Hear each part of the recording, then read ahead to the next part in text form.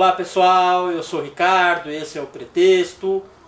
O nosso convidado de hoje também é Ricardo, também é blogueiro, mas ele tem um currículo muito melhor que o meu. É o jornalista Ricardo Sete. Ricardo, muito obrigado, viu, por ter aceitado o convite. Obrigado você pelo exagero sobre o currículo. Você trabalhou em grandes redações, Estadão, Folha, Veja, Editora Abril em vários lugares, Jornal do Brasil, Globo. Na verdade, eu trabalhei até em outros veículos que você não mencionou, mas eu não trabalhei na Folha nem no Globo. Eu escrevi. Você escreveu e eles publicavam lá, né? Eu escrevi alguns artigos para a Folha e vários para o Globo. Tá. Mas trabalhar mesmo, eu trabalhei em várias outras redações. Trabalhei, inclusive, numa revista que não existe mais, na Visão. Tá. Trabalhei nesse, fui redator-chefe do Isto É. Trabalhei comecei minha carreira numa agência de notícias que não existe mais também em Brasília, chamada Interpress. Então, fiz um pouco de tudo. Trabalhei em rádio, trabalhei em sucursal de jornal, trabalhei em sede de jornal, trabalhei em rádio, agência de notícias, jornal diário, revista semanal, revista quinzenal, que era o caso da Visão, e revista mensal, Playboy. Tá. Então, tive uma gama interessante de experiências, até que eu finalmente virei blogueiro, tomando contato com esse novo mundo. Né? E o que você tem achado? Você trabalhava no Hard News ali, né? Geralmente ali, redação pesada. O blog é mais tranquilo ou não? Olha, Ricardo, eu passei um período fora de redações pesadas, um período que eu fui diretor da Editora Abril. Eu tinha cargos executivos dentro da Editora Abril.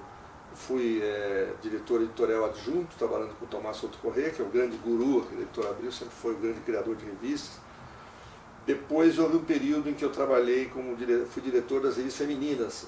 Hoje a divisão na Abril é outra, mas na época havia uma divisão, inclusive um pouco exagerada, era meio impossível ser. No meu caso, eu era diretor editorial das femininas, tinha mais de 20 revistas. É muita coisa, né? Muita coisa, nem um super-homem conseguiria. Tinha revista semanal, mensal, quinzenal, revista popular, revista de luxo. Então eu tive que eleger prioridades para tratar o dia a dia. E esse período em que eu exerci esse tipo de cargo, eu saí do Hard News, né?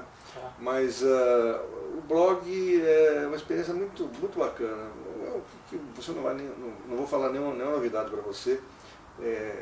Que o que é interessante, o mais interessante, por exemplo, é a instantaneidade da publicação e a resposta imediata, assim, dos leitores, ou criticando, ou elogiando, ou se manifestando de alguma maneira. Ou corrigindo, a gente percebe alguma coisa. Com certeza, os leitores são muito atentos. A gente não viu. E eu sempre agradeço os leitores que me corrigem, né? E também nós temos nosso ferramenta de trabalho tem um indicativo da estatística, né? Quantos mil acessos está tendo, qual o post que está indo melhor ou não. Isso é muito interessante. Você está online, né? É um pouco escravizador também, Ricardo, porque, por exemplo, os comentários, né? Eu só tenho uma pessoa trabalhando comigo, eu não quero ter uma equipe grande, nem é o caso. Então os comentários eu não consigo deixar de acessar, mesmo no fim de semana, mesmo em madrugada, para não deixar o pessoal parado ali, achando que eu não tô, que eles não são importantes, né? Que eu não estou dando a importância, não dando bola a eles, né? Mas é uma coisa que me agrada muito, eu gosto muito, estou muito feliz. Você trata de vários assuntos no seu blog e talvez um dos principais seja a política. Fazer uma análise, grosso modo, uma percepção minha. Às vezes a impressão que eu tenho é que hoje existe uma divisão assim, o grupo do PT ou das pessoas ligadas ao PT, acusando a grande imprensa, que a grande imprensa é direitista, manipula, só vê o lado pessimista do governo. Por outro lado, um grupo dizendo que o governo do PT é ruim, é incompetente, é assistencialista e paga blogueiros para falar mal de quem fala mal deles, né? Essa polarização existe, isso é positivo? Essa polarização existe e ela não é positiva de jeito nenhum. Não porque, no caso, algumas pessoas ou várias pessoas eventualmente me ofendam ou me criticam, não é isso. É que é uma simplificação que empobrece muito a realidade, né? O mundo não é assim, a vida não é assim, o Brasil não é assim, a política não é assim. As pessoas, inclusive as que estão a favor das minhas opiniões no blog, muitas vezes não aceitam o meio tom. Não aceito o meio tom, não aceito a nuance, não aceito... Ou é branco ou preto, não tem cinza. Branco ou preto, não tem cinza. Eu vou dar um exemplo para você. Não é nem no caso de opinião minha. Eu fiz um post agora, esses dias, eu participei da bancada que entrevistou o senador Aécio Neves. Sim, no Roda Viva. Roda Viva, candidato do PSDB a presidente da República, pré-candidato. E aí eu descrevi ali, descrevi o que aconteceu no programa. Tá. Disse que o Aécio adotou um tom mais oposicionista e já avançou algumas coisas que ele faria como presidente. E lá, eu li. E lá pelas tantas eu disse que ele ressalvou pontos positivos do governo Lula, e embora tenha assumido a herança do presidente Fernando Henrique, ele admitiu progressos, avanços do governo Lula e tal. Os leitores ficaram irritadíssimos, os leitores que são partidários do Aécio, ficaram irritadíssimos com ele, por ele ter, aspas, elogiado o Lula. E várias críticas ao Aécio por ter feito isso, e a mim por ter registrado o que ele disse. Quer dizer, meu Deus do céu, mas o PSDB sempre queixa-se sempre de que o PT, em geral, não reconhece os méritos do presidente Fernando Henrique. E ele procurou fazer diferente. E eu acho que tem que ser assim mesmo. Evidentemente que há méritos, avanços em cada governo. Agora as pessoas não aceitam uma radicalização feroz que está muito concentrada na internet. Talvez o anonimato da internet favoreça isso. O anonimato, né? Que as pessoas nem sempre, muitas vezes não se identificam com o próprio nome, com o próprio e-mail, e se tornam mais agressivas, soltam outros instintos e impulsos que não têm a ver necessariamente com aquilo que está em questão no momento. Mas o fato é que não acho positivo isso não. Agora, essa divisão que você falou, ela existe, mas ela não é boa. Eu procuro não me incluir nisso aí, embora já esteja incluído por muita gente que me lê. Eu não, talvez antecipando uma pergunta sua, eu não tenho nenhum compromisso em defender posturas da Veja. No meu blog. Quando eu faço, porque coincide com o que eu acredito. E, frequentemente, nós, blogueiros, temos opiniões diferentes. E os leitores eles ficam espantados, como se fosse uma coisa... Isso é coisa ótima. O Reinaldo tem coisas do Reinaldo com as quais eu não concordo, tem coisas minhas com as quais o Reinaldo não concorda. Eu tenho muita aproximação e identidade com o Augusto, mas também tem coisas que nós enfatizamos diferentemente. E mesma coisa com outros colunistas. As pessoas ficam espantadas e tal, e uns ficam espantados por haver diversidade, outros não acreditam que existe diversidade, mas existe. Eu não sou obrigado a fazer nada aqui, eu tenho absoluta liberdade. As coisas que eu escrevo são as coisas em que eu acredito. Nunca ninguém me disse, certo, não pode falar desse tal assunto, ou temos que falar bem de A ou B. Não existe isso aqui, não existe. As pessoas que não conhecem o mecanismo de funcionamento da mídia têm uma impressão conspiratória sobre a mídia. Acham que existe um esquema e tal. Alguns leitores do Roda Viva, referindo-se ao Roda Viva, chegaram a dizer que a TV Cultura, a Fundação Padre Anchieta, seus diretores todos, o Augusto Nunes e todos os jornalistas convidados, cada um de um veículo, todos agiram de uma maneira coordenada para denegrir o PT e para elogiar o PSDB. É uma coisa que não existe. Mano. Conspiração total, né? Conspiração, é coisa que não existe nem em filme. Falando ainda de diferenças, você é grande amigo do Nilando Beirão. Graças a Deus, ele é padrinho da minha filha. Padrinho civil, assim, vamos dizer. Quando ela nasceu, ele foi comigo no cartório assinar como testemunha do registro de nascimento dela. Eu adoro o Nilando Beirão. E ele tem uma postura ideológica diferente da sua, né? Ele está mais à esquerda, trabalha na Carta Capital, né? Para mim isso não faz a menor diferença. Vocês conversam sobre política quando vocês se encontram? Gente, infelizmente, como eu tenho meus filhos moram fora do Brasil e eu tenho ficado muito tempo fora, nós temos convivido menos do que eu gostaria. Mas a gente é amigo, olha, se eu te disser, vão achar que eu sou um Matusalém, mas eu sou amigo do Nilando Beirão há mais de 40 anos. Então eu tenho uma admiração sem limites por ele, como pessoa e como jornalista extraordinário, versátil, inteligente, sutil,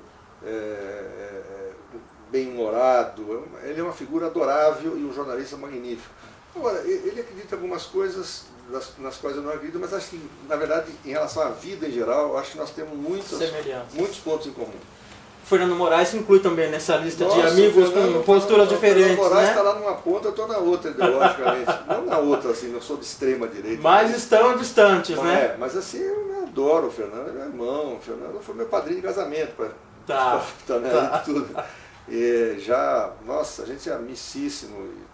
Também não temos nos falado muito porque o Fernando virou um globetrotter, ele não para. Pois eu estou tentando entrevistar ele, Ricardo, há um tempão e não consigo. Eu, se puder te ajudar, falei muito obrigado. Ele é uma figura adorável. Ele é. Ele está muito, acho que está muito, digamos assim, está muito tomado, está um ano meio obcecado pela coisa da política, mais do que o normal. Está tomando um espaço na vida dele maior do que o normal. Mas, nossa, não tem problema nenhum, zero. Dá para conviver, né, Ricardo? É isso que eu acho que... Eu tenho um irmão que um dos meus irmãos mais próximos, ele pensa diferente politicamente. Nunca a gente discutiu, é uma coisa totalmente normal, né? Eu acho. E parece que de um tempo para cá, isso parece que não é uma realidade, né? É verdade, é uma coisa para se lamentar, né? Eu tenho percebido isso não pode afastar as pessoas têm direito a acreditar no que elas acham mais conveniente para o país, ou para o mundo e tal. E continuarem com o afeto. Para mim, o afeto está acima de tudo. Isso. O afeto está acima, nos relacionamentos pessoais, o afeto está acima de qualquer crença ideológica, religião, diabo, sabe? Eu acho que nada é mais importante. Assina embaixo. Ricardo, você publicou no seu blog uma informação que uma passageira havia entrado no avião da presidente Dilma clandestinamente. Isso é verdade. E depois você se corrigiu. Você falou, olha, eu errei, né? Na verdade ela foi avisada, eu me baseei numa informação e a informação estava errada. Você está bem informado, viu? Pois Ricardo, o maior erro de um jornalista é não admitir o erro?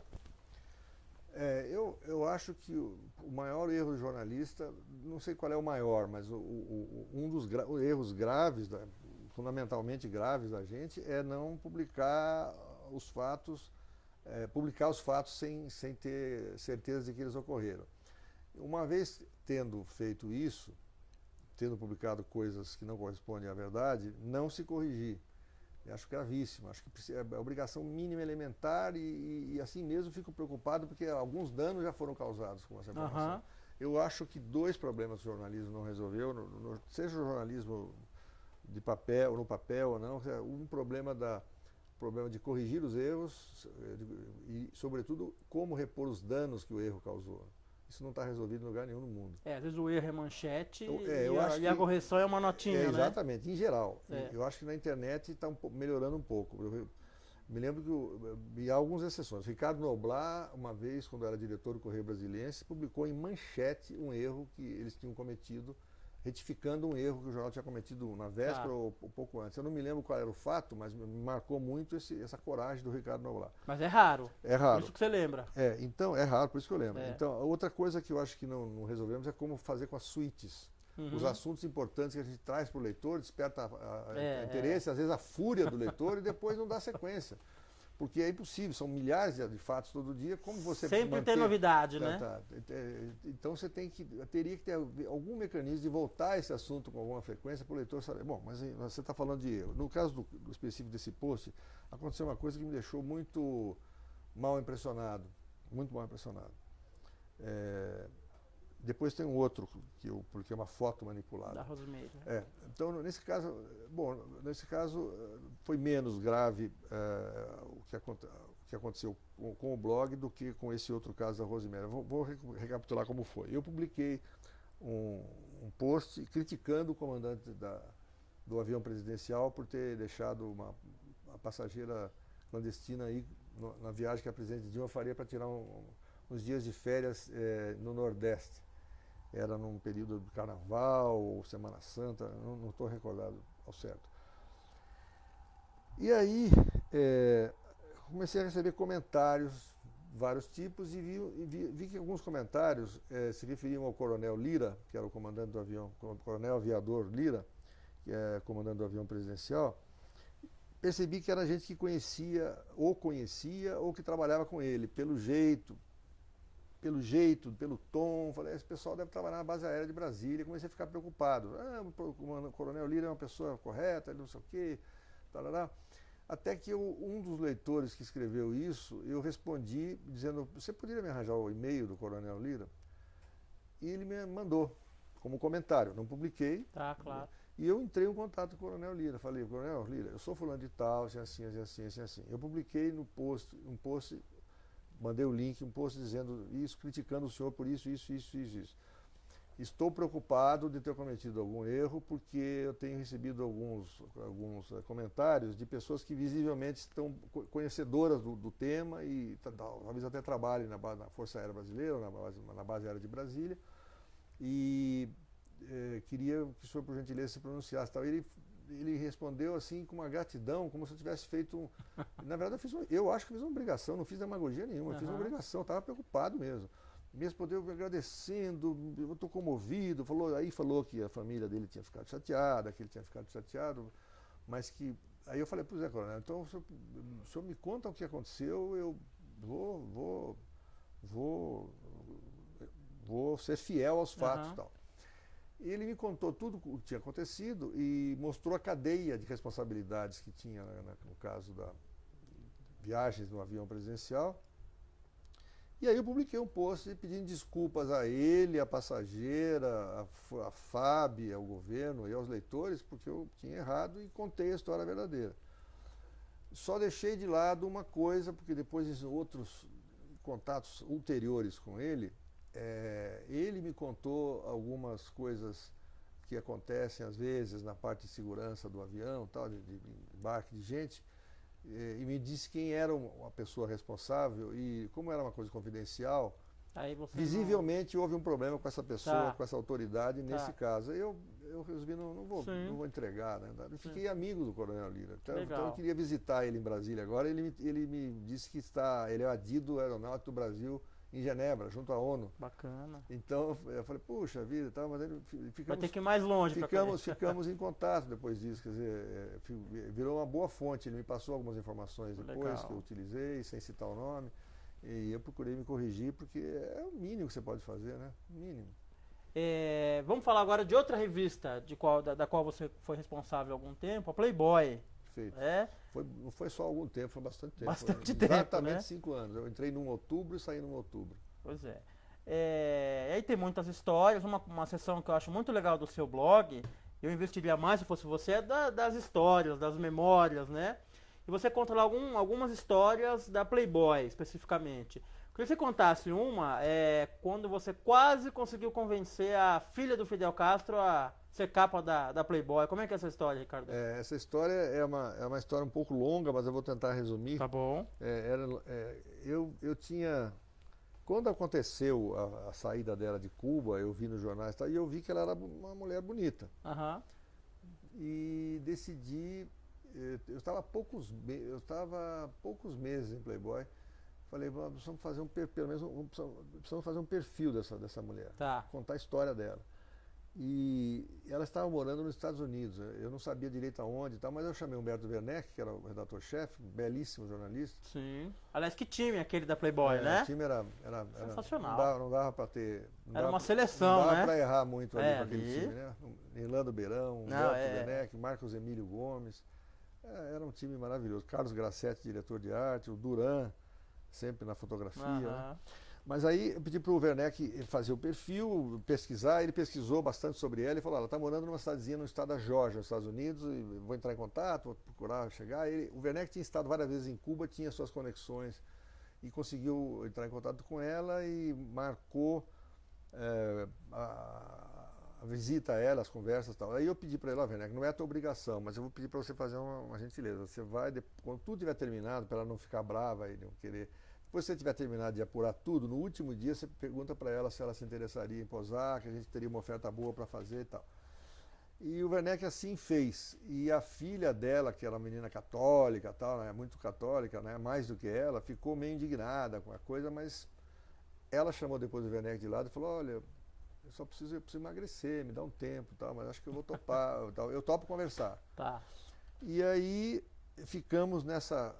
Depois que foi feita a matéria, foi uma matéria bacana, boa, com uma história bem dramática e uma reportagem grande, como o Playboy costumava fazer, com fotos, com tudo. Ela primeira comunhão, ela apesar do pai ser o Fidel Castro, fez primeira comunhão, fotos dela criança, ela com o pai, ela com dificuldades de relacionamento com ele, como é que foi, como é que não foi e tal.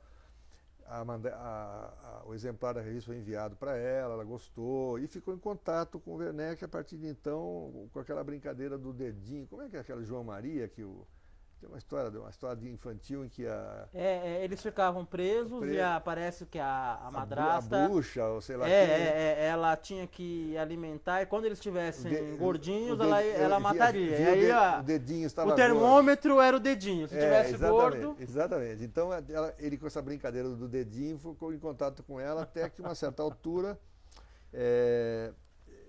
ela falou que estava ok. E aí Ricardo, isso é antes de Photoshop? Ou já estava em uso já? Eu não estou seguro se estava... No meu período começamos a adotar o Photoshop, mas eu não me lembro exatamente se já estava em ação nessa ocasião. Bom, mas de qualquer maneira ela queria tá bem, né? Ela queria estar bem. Aí... começamos a negociar, eu entrei na história, começamos a trocar faxes na época, e-mails também, mas faxes e tal. E demorou bastante, ela estava muito em dúvida e tal. Aí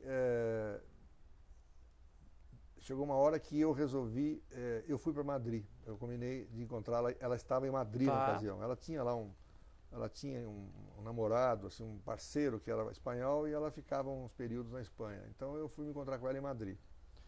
E conversamos, fomos jantar, conversamos bastante, ela gostou de mim, levei flores, fui bem educado, expliquei tudo. Ela estava preocupada com a repercussão que isso teria, né, no movimento anticastrista, porque ela faz parte, embora filha de Fidel Castro, do movimento. E ela queria doar pelo menos metade do dinheiro para umas entidades de ajuda a exilados que vão para os Estados Unidos sem nada e tal. Isso ficou mais ou menos combinado, ficou mais ou menos esboçado como seria o acerto e tal, e não os detalhes de onde seriam feitas as fotos e tal.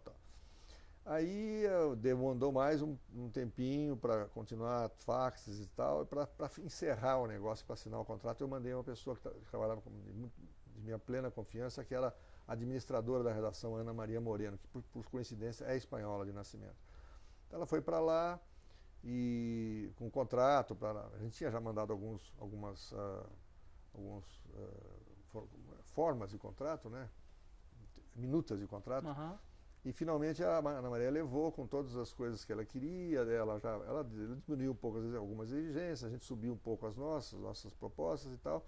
Aí a Ana Maria ficou com ela, saiu para jantar, saiu para almoçar, estabeleceram uma boa relação, ela trouxe o contrato assinado e combinamos que ela não queria fazer as fotos em Madrid, porque o mundo ali hispânico é muito ligado também a Cuba, a imprensa fofoqueira, fofoqueira espanhola é terrível, terrível. É uma das piores do mundo. E combinou-se que as fotos seriam feitas em Roma. Algum tempo depois. Aí a gente mandou todo um trempe lá para Roma. A Ana Maria foi para Madrid se encontrar com ela, levou ela para Roma. E lá, Roma foi o Duran, foi a Ariane Carneiro, que era editora de fotografia, cabeleireiro, maquiador, foi assistente do Duran, foi um monte de gente para Roma. E as fotos foram feitas num hotel luxuoso de Roma, acho que é o Excelsior. Tudo isso com custo... Imagino, né? Pessoas viajam de primeira classe, né? As moças que pousavam para Playboy, quando eram mais estrelas assim, viajavam de primeira classe. E, enfim, aí... E ela estava disposta, mas ela estava muito constrangida com a história. Ela não se sentia à vontade. Então o Duran tem muita experiência, põe música, oferece um vinho branco de boa qualidade, vai conversando. E o Duran fez o trabalho, mas ela estava muito tensa, estava muito... E trabalharam acho que 2 ou 3 dias nesse hotel e depois jantavam juntos e tal, criou-se um clima de confiança mútua ali, né? E daí ela voltou para Madrid, veio aqui para o Brasil. Quando eu fui ver as fotos com o Carlos Grassetti, o diretor de arte, eu achei que ela estava muito triste nas fotos. Aham. Não tinha uma foto dela sorrindo, não tinha aquela ideia da mulher que está prazerosamente mostrando sua beleza e tal, né? Ela estava quase sombria nas fotos. Por mais que o Duran seja um craque fantástico, né? Um dos maiores nesse aspecto, nesse particular, em matéria de mulheres despidas e moda, é um dos melhores do mundo. Realmente não teve jeito. Ela estava tristonha, as fotos ficaram muito boas. E olha, não precisava de Photoshop, porque ela numa cama, com um lençol, um hotel muito bonito, assim, com decoração talvez dos anos 50, mas muito, não decadente, um hotel muito bonito. E sempre as coisas meio tons, assim, joias bonitas, maquiagem perfeita e tal. Ela mostrava o corpo, mas não da maneira que uma menina de 20 anos, ela tinha, na altura, ela tinha uns 37, se não me engano.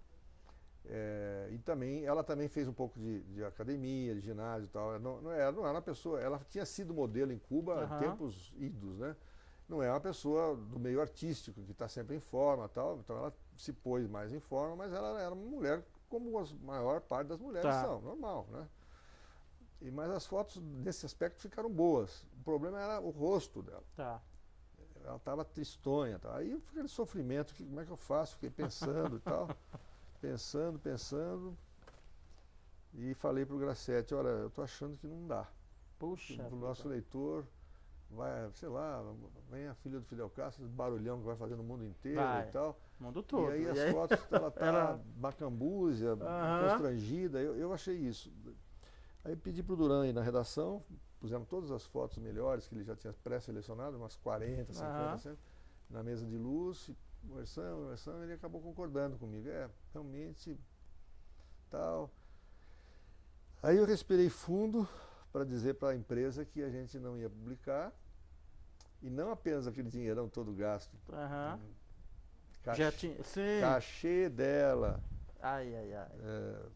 O Duran, a viagem, tudo, a produção, hotel, tudo, como eu tinha que pagar uma multa para rescindir o contrato. Eu agora não me recordo, sinceramente eu precisaria consultar meus dados, mas eu não me recordo se foi necessário pagar o cachê inteiro ou se o contrato previa uma multa grande, que era o caso, para não publicação. Eu acho que pelo que eu li no seu blog foi uma multa. Não, multa eu sei que teve. Eu não lembro se a gente chegou precisou desembolsar o cachê. Eu sei que ela chegou a verbalizar durante o trabalho, ela chegou a dizer para a Ana Maria, eu até preferia que não publicasse, nem quero mais o dinheiro. Ela estava muito confusa, muito dividida. E aí foi assim, eu acabei resolvendo não publicar, e meus superiores na Abril ficaram meio assim, mas aceitaram o meu veredito, né? E para evitar vazamentos, que já tinha acontecido, já tinha começado a vazar coisas para a internet, né? Claro. No período já tinha havido uma pessoa que foi demitida da Abril, que vazou para a internet umas fotos da tiazinha alguns meses antes. E para evitar qualquer problema, eu peguei todos os originais e eu me encarreguei de destruir. Não deixei a cargo de ninguém. Levei para minha casa e eu não tinha, por alguma razão, não tinha aquele destruidor de papel. Triturador. Não tinha triturador em casa e cortei com tesoura uma a uma. Puxa. Os cromos, que eram mais de 100 ou 200. Não tem nenhum para contar a história? Não deixei nenhum para contar a história, para evitar problemas futuros, né? Processos contra a Abril e tal, contra mim. E o problema é o seguinte, Ricardo, é que depois de uns 2 anos eu pensei bem e me arrependi, viu? Eu me arrependi, porque teria sido uma bomba tão grande, as pessoas não iam nem reparar no rosto dela. Depois que eu li essa matéria, Ricardo, eu fiquei pensando, mas será que as outras riem? Porque eu nunca tinha observado no rosto. Elas estão sempre com ar feliz, né? Claro, mas sim. Mas realmente foi um excesso. Eu segui o manual da Playboy, assim, do que eu aprendi na revista, né? Eu já tinha trabalhado lá anteriormente. Seguia o pé da letra, assim, sabe? Então você foi um gentleman. Você foi um gentleman. Não sei. Então não ficou à vontade. Acho que eu me arrependo. Hoje você teria feito diferente. Teria feito e teria sido um negócio que o mundo inteiro ia comentar. Sem dúvida, sem dúvida. eu tenho alguns amigos e tenho orgulho deles. Mas você pode esnobar todos nós. Você tem um amigo que é prêmio Nobel. Sim, sim. Que privilégio. Como é que foi esse contato com o Mário Vargas Llosa? Foi uma coincidência, né? Coincidência. A sua amizade é muito anterior, né? A profissão permite isso, né? Isso. Permite isso. O Vargas Llosa, eu gostava muito de ler o Vargas Llosa e também foi uma questão de sorte. Estar no lugar certo, no momento certo. Sempre gostei muito, adorava ler os contos iniciais dele, depois os romances, gostava muito do jeito dele, do humor, da versatilidade.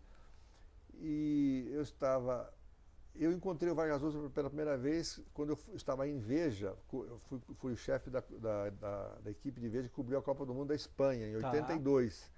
E o Vargas Llosa estava lá com um crachá, escrevendo para jornais, acho que inclusive para o El País. E aí eu me apresentei a ele dizendo, pô, eu gosto muito de você, acho você... Aí foi uma coisa simpática, ele me deu até um autógrafo, banquei o tiete mesmo, embora fossem colegas, né? Conheci ele nessa ocasião. Aí, quando eu estava em Playboy, o diretor, que era o Mário Escobar de Andrade, resolveu fazer entrevista com o Vargas Llosa, estava no auge, né, do prestígio, estourando os livros dele, no Brasil vendiam muito e tal. E o Carlos Maranhão, meu colega de redação, ia fazer a entrevista. Houve algum problema com o Maranhão, que eu já não lembro mais, precisaria perguntar para ele. Um outro compromisso, alguma coisa, e ele não ia poder ir. Ou ele ia entrar em férias, porque era final de ano. Aí o Mário falou, então Sete, você faz. Putz, eu achei maravilhoso. Aí mergulhei muito nas coisas ainda sobre ele, fiz milhares de anotações, e no avião para o Peru fui lendo um livro dele que tinha acabado de sair, que era de artigos. Foi uma luz ler esse livro, porque esse livro, corajosamente, chama-se Contra Vento e Maré.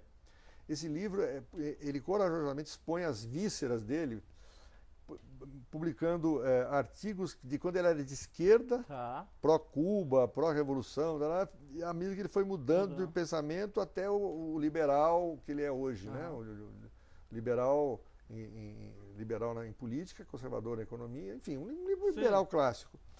E ele mostra toda essa passagem sem nenhuma vergonha do que fez, de nada, né? E para você foi ótimo, né? Nossa, fantástico, porque muita coisa eu não sabia, então eu fui assinalando coisas e tal. No avião para o Peru já terminei de ler o livro ainda antes de começar a entrevista. Fiquei 3 dias entrevistando ele. Ele já, não sei como ele aguentou, eu chegava a uma certa hora, acho que 9 da manhã, ia até 1h30, mais ou menos, perto de 2 quando ele almoçava, eu ia para o meu hotel, e ele respirava, e no dia seguinte a gente começava de novo. 3 dias de entrevista. Eu gravei, não sei, umas 15 horas, 12 horas de entrevista com ele. E ele gostou muito, ele viu que eu conhecia muito a obra dele. Isso ajuda, né? Isso ajuda. Inclusive, ele tem um livro que é um dos primeiros livros dele, que hoje foi rebatizado no Brasil como A Cidade e os Cães, que surgiu como Batismo de Fogo, era o nome, em que um personagem, que é visivelmente autobiográfico, fala da rua onde ele brincava quando criança, da casa, do pai, não sei o que e tal. Eu fui lá na rua, eu procurei a rua, e todas as ruas que ele citava ali, eu fui ver como era a rua, tá? E citei para ele, olha, a rua tal, Diego Ferrer, que chamava a rua. Ele ficou assim, você conquista, né? Eu falei, eu fui lá ver e tal, os restaurantes que ele mencionava nas obras dele, fui eu já almoçar nos restaurantes. Então ele gostou, né? Evidentemente, esse cara não se interessa por mim realmente e tal. Aí eu voltei para o Brasil e fizemos a entrevista, foi sufoco para editar, porque ele só fala coisa interessante, é um homem muito interessante. O que deixar de fora, né? Era dificílima, não sei como eu consegui. Mas ficou uma entrevista muito legal. E aí eu mandei a revista para ele e ele mandou uma carta manuscrita, você vê o cavalheiro, né? Ele mandou uma carta manuscrita, até não curta, dizendo como foi bom e tal, e dizendo que aquela tinha sido a entrevista mais completa que ele já dera até hoje. Que honra! Ele escreveu no papel verde, tem até hoje. Bom, aí saiu a entrevista, e eu vi que sobrou tanta coisa que falei, isso aqui pode dar um livro, se eu remexer, reeditar, reordenar as coisas. e propus ao Caio Graco Prado, que era o dono da Brasiliense. Ele na hora gostou da ideia e tal, comecei a trabalhar e virou um livro chamado Conversas com Vargas Llosa, em que eu dividi por temas, eu fiz e aproveitei praticamente tudo, porque não há o que jogar fora. Ele é um cara assim que fala as coisas, tudo você pergunta, ele não tem banalidade, ele é sempre um homem muito inteligente, muito interessante. Você pergunta ele sobre forma física, sobre alimentação, sobre sexo, tudo ele tem uma abordagem interessante, ele não joga a conversa fora. Ele tem quase um texto final, ele falando. Aí fiz esse livro, foi bem sucedido, esgotou. Aí ele foi publicado em espanhol, na Espanha e na América Espanhola. Foi publicado na França, teve uma versão em Portugal e um resumo de bom tamanho saiu na Paris Review de Nova York. Bacana. Devo informar aos amigos que virem essa entrevista que eu levei um cano deslumbrante em matéria de direitos autorais de todo mundo, exceto da Paris Review e dessa edição em espanhol, só no começo, porque depois o editor, que era de Miami, um cubano de Miami, me escreveu dizendo que tinha tido um infarto, que estava mal, que ia fechar a empresa, mas hoje, eu procuro hoje nos sites de venda de livros no estrangeiro, está na 4ª edição já, não há o que fazer. Na França nunca me pagaram nada, não sei, um adiantamento ridículo, o livro, eu cheguei a ver o livro lá em Paris, nas livrarias, nunca responderam as minhas cartas cobrando, a editora também de Portugal, nada, esgotou o livro e não me pagaram. Quer dizer, valeu pelo prazer só, valeu, né? Pelo prazer, o prazer de ver a coisa difundida, né? E aí, o negócio do Nobel, que nesse período, cada livro que saía, cada tradução eu mandava para ele, ele escrevia e tal. Eu complementei, a edição francesa pediu para uma complementação, porque ele tinha sido candidato a presidente do Peru, eu telefonei para ele, fiz uma entrevista telefônica para complementar a parte de política ali e tal. E sempre atencioso comigo e tal, até que ele ganhou o Nobel. 6 dias depois ele tinha um compromisso na Editora Abril, que ele já tinha assumido antes de fazer tem uns encontros culturais que a Abril promove, muito interessantes ao meio-dia, e ele já tinha assumido esse compromisso de vir. Ele é muito correto. O mundo inteiro em cima dele, foi uma coisa de louco. Sim. Ele conta, inclusive, na entrevista que depois se seguiu, e ele... das 5 para 1 da tarde, pontualmente, conforme o combinado, para um carro na frente da Abril, lá está ele, todo barba feita, todo legal. Desceu ali, e me encarregaram de apresentá-lo para o auditório. Tinha telões, tinha gente no prédio inteiro vendo, e na hora que ele estava indo para lá, certo, então você vai sentar lá, essa entrevista. Ele falou, como? Mas não é para apresentar? Não, é uma entrevista, eu não estava preparado. Não estava preparado, me disseram que eu ia apresentar. Chegar, olha, temos o prazer de receber aqui o grande escritor, blá, blá, blá, que vai fazer uma palestra. Não, eu fui informado andando para o auditório que era uma entrevista. Eu falei, Santa Maria, mas eu tinha um conhecimento ainda razoável da obra dele, dos últimos fatos e tal, e a coisa andou bem. E daí eu falei, brinquei com ele, 25 anos depois, ele está aqui de novo e tal, você vai me perdoar, o tempo... brincamos com o negócio de idade. Eu falei, quando eu entrevistei você a primeira vez, você me disse que estava prestes a completar 50 anos, e eu perguntei, você vai fazer 50 anos, e você me interrompeu e disse, hélas, que é em francês, ai de mim, né? E agora que você vai fazer 74, passou dos 70, você diria o quê? Ele falou, um horror, todo mundo riu. Tá? Então foi muito legal, assim, a gente depois foi almoçar no Terraço Abril, e o homem é fogo, porque ele já no almoço, ele tinha 2 caras da Veja para fazer amarelas, no almoço. E eu fui junto, então já ajudei até nas amarelas, perguntei umas coisas e tal. E curioso, como ele se cuida, né? Tinha lá uma mesa, tinha um cardápio legal no dia, que eu não me lembro exatamente do que dia, mas um cardápio saboroso, acho que tinha bacalhau, coisas, vinhos e tal. E tem sempre, no Terraço Abril, tem sempre uma coisa leve para quem faz dieta, assim, peixe grelhado, uma saladinha, uma coisinha. Ele não comeu do cardápio bonito, nem pediu do especial. Sabe o que ele quis comer só? Um pratão de feijão com arroz. Puxa sem vida, mais nada. Só? Não tomou vinho, não tomou nada, não tomou café, comeu um prato de feijão com arroz. Que é a comida mais brasileira. Ele gosta muito do Brasil, né? Mas dando entrevista para a Veja enquanto isso. Enquanto comia o prato de feijão com arroz, já tendo feito uma palestra, participado de uma entrevista de 1h30, exaustiva no auditório, tendo chegado de avião, não sei se na véspera à noite. O homem é fogo, já com 74 anos ali, ó. Pique total. Vou fazer uma brincadeira com você agora, Ricardo, tá? Como você tem um amigo prêmio Nobel, eu fiquei pensando... Eu aí publiquei um livro, depois editando o primeiro livro. Tá. E editando a segunda parte. Então, conversas com Vargas Llosa antes e depois do Nobel. Eu mandei para ele vários exemplares, ele me agradeceu e tal. Continua, ele falou, não vamos esperar 25 anos para conversar de novo, hein? Eu falei, pois vamos... Se você tivesse que dar um prêmio Nobel para alguns amigos seus, pode ser da política, do jornalismo, eu brinquei com algumas categorias aqui, tá? Então, qual amigo seu... Você quer me criar confusão, né, pô? Mereceria um prêmio Nobel da Paz? Aquele cara que é o conciliador, aquele sujeito que está sempre contornando as situações. Dos amigos meus, não necessariamente jornalistas. É um jornalista por acaso, mas ele tem hoje uma empresa, Wilson Merdauer. Tá, esse é o da paz, total. O contrário agora. Agora eu vou te complicar, o da polêmica. Aquele amigo, se tivesse um prêmio Nobel da polêmica, ele mereceria.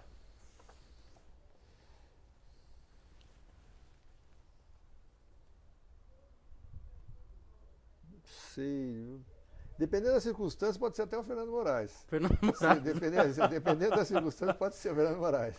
O da cultura, da erudição, aquele que você fala, esse é um cara muito erudito. Eu citaria dois, ambos jornalistas. A gente divide o prêmio. Divide o prêmio. Ambos jornalistas muito diferentes entre si. Tá. Rolf Kuntz, editorialista do Estadão, é uma impressionante enciclopédia. E o Nilando Beirão. Tá. Ok. Nilando Beirão é um jornalista que você pede para ele fazer uma matéria sobre a Luiza Brunet ou sobre a Bolsa de Valor, de mercadorias e futuros, ele faz com a mesma graça, com a mesma competência, é impressionante. A agenda do Nilando Beirão vai do presidente da República até o jogador de futebol. Ele conhece todo mundo e circula bem, faz bem em qualquer tipo de coisa. O da economia, mas no sentido de ser pão duro. Quem que mereceria? Meu irmão caçula. Meu irmão caçula, meu pai dizia que ele devia ser ministro da Fazenda. Ele funcionário público consegue milagres no salário. Qual é o nome dele? Gilberto. O do bom texto. Prêmio Nobel do bom texto. Aí é um páreo duro, tem muita gente bastante. Boa. Tem muita gente boa. Então cita só um, a gente sabe que não é o único, para ficar claro para os outros amigos. Citar um é complicado. É complicado? Você vai me criar casa. Mas eu citaria José Roberto Guzzo, Dorit Arazim, Nilando Beirão, Humberto Werneck, Augusto Nunes. Tá. Dividi por 5. Bom time. Eu acho que o prêmio Nobel da Paz é seu, viu? Você que... O último, de boas histórias. Aquele que tem ótimas histórias para contar, aquele cara que sempre tem uma coisa legal, interessante, que no almoço mantém todo mundo... Bom, tem dois aí, tem dois de novo. O Augusto Nunes e o Fernando Moraes. O Augusto Nunes, a gente começou a conversar da entrevista, eu achei que não ia dar tempo. Não para mais, é uma coisa deliciosa. Ele é. Ok. A próxima você vai escolher, tá? São 3 perguntas. Pergunta memorial, pergunta da capa e pergunta guardada. Escolhe uma das 3. Memorial. Ricardo Sete, como você gostaria de ser lembrado?